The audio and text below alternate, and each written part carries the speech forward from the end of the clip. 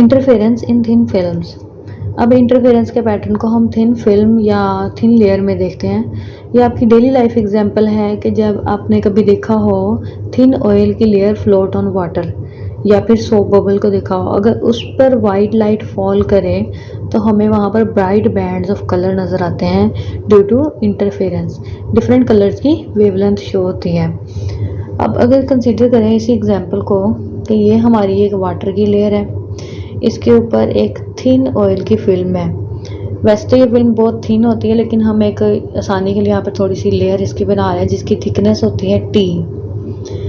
अब यहाँ पर हमारे पास दो सरफेसेस हो जाएंगी। अब सबसे नीचे वाटर है, ऊपर ऑयल की लेयर है और ऊपर एयर है। तो इस वजह से हम कहते हैं कि ये ऑयल की लेयर एक अपर सरफेस है और जो ये वाटर की लेयर है ये हमारे पास लोअर सरफेस है। अब यहाँ पर अगर एक वाइट लाइट की रे फॉल करती है जो कि ए है, तो उसका कुछ हिस्सा रिफ्लेक्ट होगा अपर सरफेस से और कुछ रिफ्लेक्ट होगा लोअर सरफेस से। जो हिस्सा अपर सरफेस से रिफ्लेक्ट होगा वो ऐसे है, उसकी रे ए से बी पर जाकर रिफ्लेक्ट होगी और सी पॉइंट पर चलेगी, और इसी रे का कुछ हिस्सा जो है वो लोअर सरफेस की तरफ जाएगा, यानी ए से बी की बजाय आगे डी तक जाएगा और फिर ई से होता हुआ एफ तक जाएगा। ये दोनों रे सी और एफ आई के पॉइंट पी पर मीट करेंगी जहाँ पर इमेज जनरेट होगी। तो both waves form image at the point P of the retina of I. Retina जहाँ पर आई में इमेज बनता है। इनमें पाथ देखें, रे 1 ने पाथ कवर किया ए बी और सी, ए से बी और सी, जबकि रे 2 ने पाथ कवर किया A B D E F, A B D E F तक गई। तो इन दोनों में पाथ लेंथ डिफरेंट हो गई। अब पाथ डिफरेंट हो गया तो इसकी वजह से फेस डिफरेंस भी आएंगे। तो कुछ पॉइंट्स ऐसे होंगे जहाँ पर फेस डिफरेंस 0 होगा और कुछ ऐसे होंगे जहाँ पर फेस डिफरेंस 180 होगा। जहाँ 0 होगा वहाँ कंस्ट्रक्टिव इंटरफेरेंस होगी, 180 पर डिस्ट्रक्टिव इंटरफेरेंस होगी। अब क्योंकि हम वाइट लाइट यूज़ कर रहे हैं जिसमें होती है wavelength of different colours, white light में हर कलर की वेवलेंथ है। जहाँ पर कंस्ट्रक्टिव इंटरफेरेंस होगी वहाँ पर हमें कलर्स शो होंगे, जहाँ डिस्ट्रक्टिव इंटरफेरेंस है वहाँ पर कलर्स शो नहीं होंगे। अब ये phase difference path length difference की वजह से था। तो क्योंकि दोनों रेज ने डिफरेंट पाथ की कवर किया था और ये था हमारी थिकनेस की वजह से। अगर हम इस thickness of thin film change कर दें, इसकी वजह से इन दोनों रेज का पाथ डिफरेंस भी चेंज होगा, इंटरफेरेंस का पैटर्न चेंज होगा और जो कलर्स हैं शो हो रहे हैं वो भी चेंज होंगे।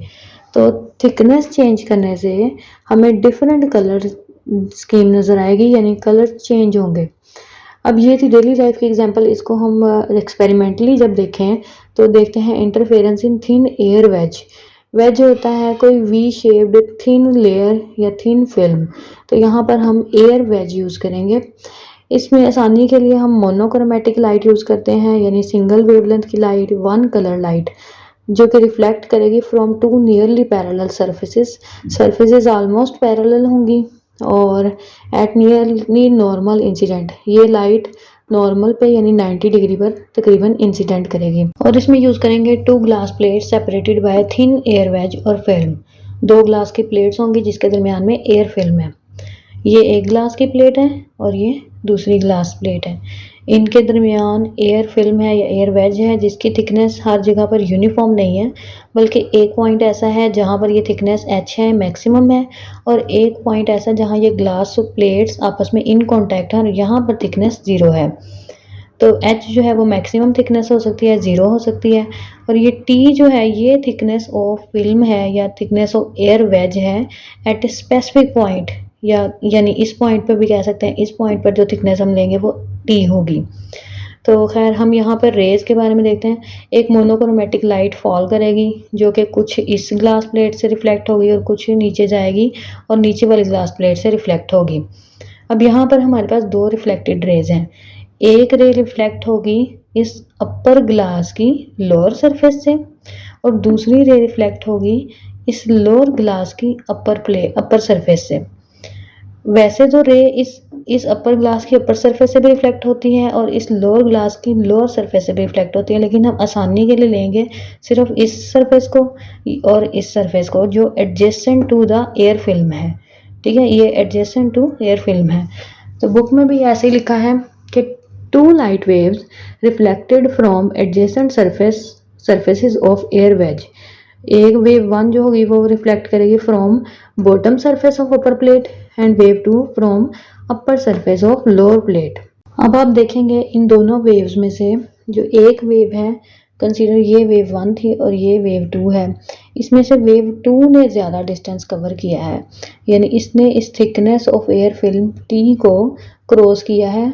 एक बार ये नीचे आई है यहाँ तक, इस पॉइंट पर रिफ्लेक्ट होने के बाद ये वापस गई है, यानी इसने एक बार टी को यहाँ से क्रॉस किया और दूसरी बार टी को यहाँ से क्रॉस किया, तो इसने डिस्टेंस 2t ज़्यादा कवर किया। तो हम कहेंगे कि distance of one wave is 2t, so wave 1 and 2 have a path difference which is equal to 2t. तो at a point where the path difference is equal to the integer number of wavelength, कोई भी integer number हो जैसे 1 wavelength, 2 wavelength, 3 wavelength, तो वहाँ पर होती है कंस्ट्रक्टिव इंटरफेरेंस और ब्राइट एरिया विजिबल होगा। और at a point where this path difference is half the integer number of wavelength, वहाँ पर डिस्ट्रक्टिव इंटरफेरेंस होगी और डार्क एरिया ऑब्जर्व होगा। एंड यहाँ पर इंटीजर नंबर या होल नंबर है जो कि 0, 1, 2, 3 एंड सो ऑन है। अब इस फिगर में अगर देखें तो ये पॉइंट है जहाँ पर मैक्सिमम थिकनेस है और ये पॉइंट है जहाँ पर दोनों ग्लास प्लेट्स इन कांटेक्ट हैं, यानी यहाँ पर थिकनेस 0 है। ऐसे में दोनों रेज के दरमियान फेज डिफरेंस या पाथ डिफरेंस 0 होगा, तो हम एक्सपेक्टेड करते हैं कि यहाँ का एरिया ब्राइट एरिया होगा, लेकिन ऐसा नहीं होता, बल्कि at the point of contact of 2 plates thickness 0 है, प्लेट्स आर इन कॉन्टैक्ट हैं, so the path difference 2t is 0। सो ऐसे में हम कहते हैं ब्राइट एरिया एक्सपेक्टेड है, लेकिन यहाँ पर डार्क फ्रिंजेस ऑब्जर्व की गई हैं। ये एक इम्पॉर्टेंट शॉर्ट क्वेश्चन है कि यहाँ पर इस पॉइंट ऑफ कॉन्टैक्ट पर डार्क फ्रिंजेस क्यों शो होती हैं, तो because one wave undergo half cycle यानी 180 डिग्री फेज शिफ्ट। दोनों में से एक वेव जो है वो फेज शिफ्ट कर लेती है एट 180 डिग्री या पाई रेडियन, जिसकी वजह से दोनों वेव्स आउट ऑफ फेज हो जाएंगी, हालांकि उनका पाथ लेंथ सेम था। ये फेज शिफ्ट प्रिडिक्ट किया जाता है मैक्सवेल इक्वेशन से, that shows the electromagnetic nature of light. ये आपने पहले से पढ़ी भी हुई है, electromagnetic nature of light. When light travels from rare medium to denser medium then its phase change that is 180 degree. जब रेयर मीडियम एयर से ग्लास में गई तो ऐसे में फेज चेंज हो जाएगा। अब ये रे जो थी, ये रे एयर यानी रेयर मीडियम से ग्लास में गई, डेंसर मीडियम है, तो इसका फेज चेंज हो जाएगा। जबकि जो रे डेंसर मीडियम से रेयर मीडियम एयर में बाद में जाती है उसका फेज चेंज नहीं होगा, उसका फेज 0 डिग्री ही होता है।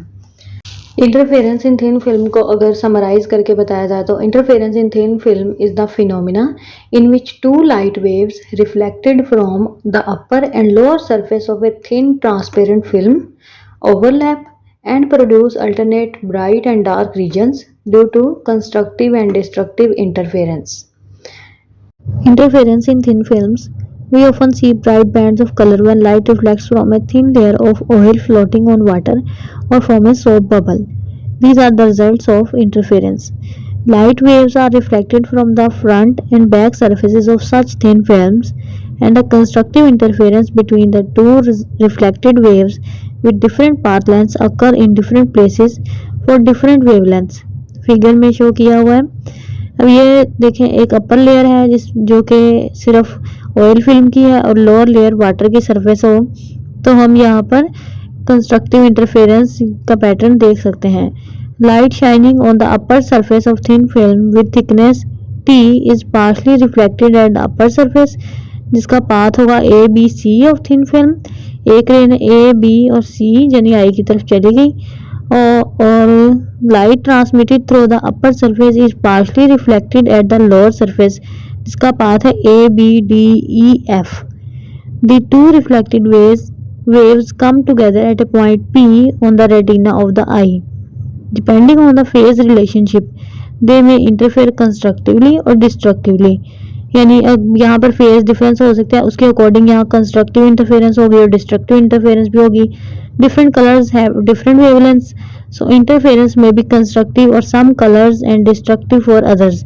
यानी यहाँ पर इंटरफेरेंस होगी, कुछ कलर्स के लिए कंस्ट्रक्टिव होगी, वो वाले कलर हमें नजर आएंगे, और कुछ कलर्स के लिए डिस्ट्रक्टिव होगी तो वो कलर हमें शो नहीं होंगे। That's why we see a colored pattern in thin film as in figure 15.12. यहाँ पर फिगर में देखिए कि आपको इस तरह के कलर पैटर्न सोप बबल पे या फिर ऑयल फिल्म की वजह से नजर आते हैं. As in figure 15.12, which shows thin films of soap solution that make up the bubble walls. In similar fashion, thin film of floating on water shows same pattern. The complex shape of the colored pattern results from variation in the thickness of film. यानी जब इस film की thickness change होगी तो उसकी वजह से path difference change होगा. पार्ट डिफरेंस चेंज हो गया तो दो रेज में इंटरफेरेंस पर इफेक्ट आएगा जिससे कलर वेरिएशन होगी. Now let's look at a simplified situation in which monochromatic light reflected from two nearly parallel surface at nearly normal incident. अब हम ये थिन फिल्म दो ग्लास के दरमियान करेंगे जिसमें थिन एयर वेज होगा. तो इसमें मोनोक्रोमेटिक लाइट लेंगे जो कि रिफ्लेक्ट हो रही है नियरली नॉर्मल इंसिडेंट यानी 90 के एंगल पर. Figure 15.13 shows two plates of glass separated by a thin wedge or film of air. We want to consider interference between the two light waves reflected from the surface adjacent to the air wedge.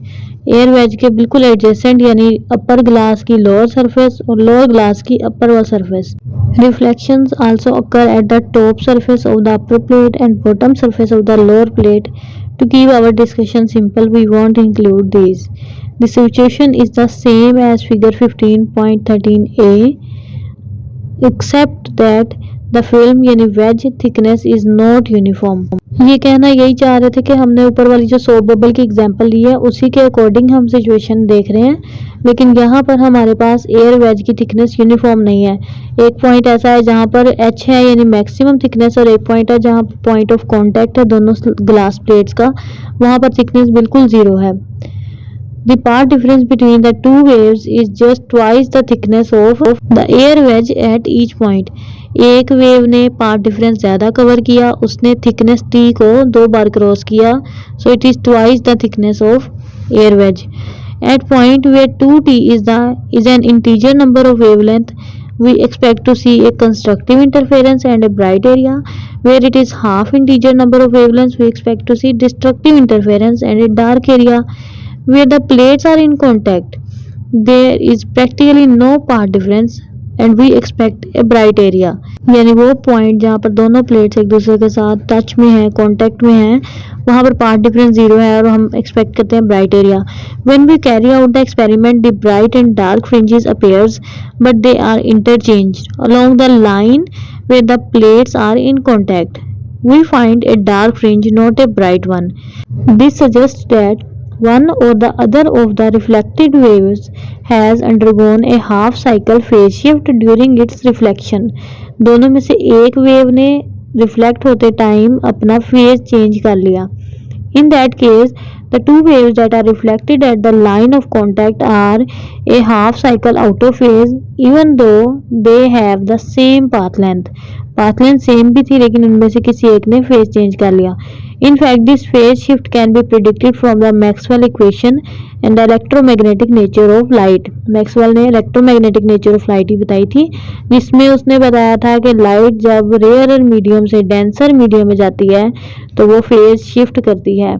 यहाँ पर ये book में नहीं लिखी, just आपको hint दिया हुआ है कि मैक्सवेल की वो इक्वेशन रिकॉल करें.